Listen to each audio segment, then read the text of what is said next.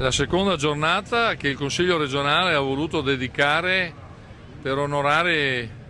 i milioni di veneti che sono sparsi nei 5 continenti. È una legge che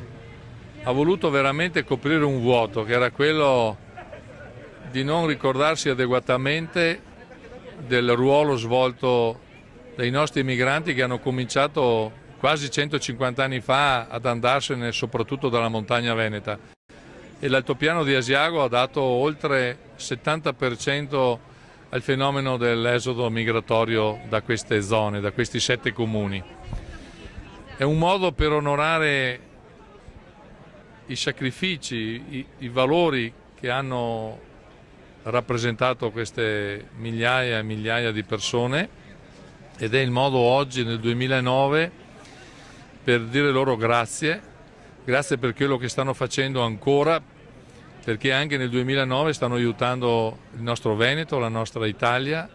con le loro rimesse, le rimesse, se penso ai lavoratori nella vecchia Europa, se penso alle migliaia di lavoratori del settore del gelato artigianale in Germania, in Austria, in Olanda, e penso a quelli che sono soprattutto oltreoceano, che con i loro acquisti dei prodotti italiani sono vicini alla nostra economia, e soprattutto a quelli del Sud America che oltre che ai prodotti italiani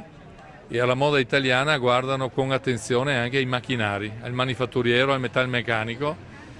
dove le nostre macchine sono al centro delle aziende che loro hanno costruito o che stanno rimodernando, ed è un aspetto importantissimo per la nostra economia, e quindi è un modo anche per continuare